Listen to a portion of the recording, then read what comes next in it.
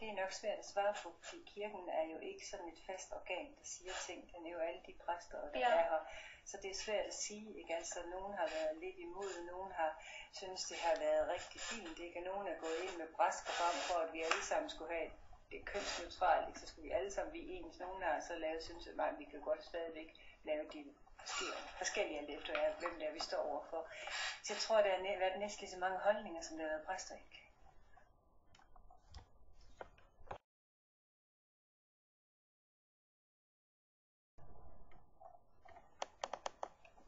Der har jo i lang tid været homoseksuelle præster i Danmark. Ikke? Altså ligesom at vi var sådan lidt på forgrund med at få kvindelige præster.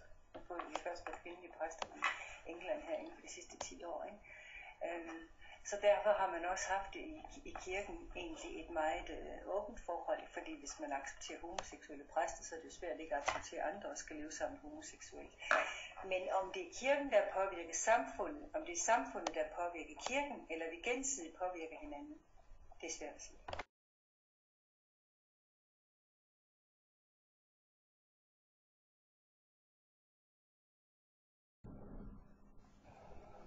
I 66-67, der var den kirke, jeg hørte under, den var så forfærdelig, så jeg meldte mig ud af folkekirken, og ikke meldt mig ind siden. Det er dens holdning til, jeg hørte den præst, som jeg faktisk hørte hans udtalelser i en tv-udsendelse engang, og det var så meget, så jeg gik ned, og jeg måtte på politistationen for at melde mig ud. Han nedværdigede ting, og det var imod Guds ord. Det er jo ikke noget, man selv bestemmer, man er født sådan. Hvis man så tror på Gud, så er det Guds vilje, man er ind som homoseksuel.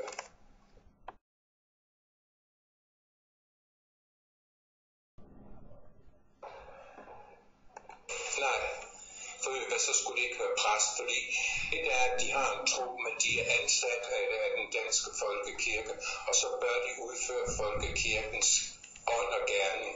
Og det er ikke alle, det gør det, og det er en af grundene også til, at jeg ikke er i folkekirken endnu.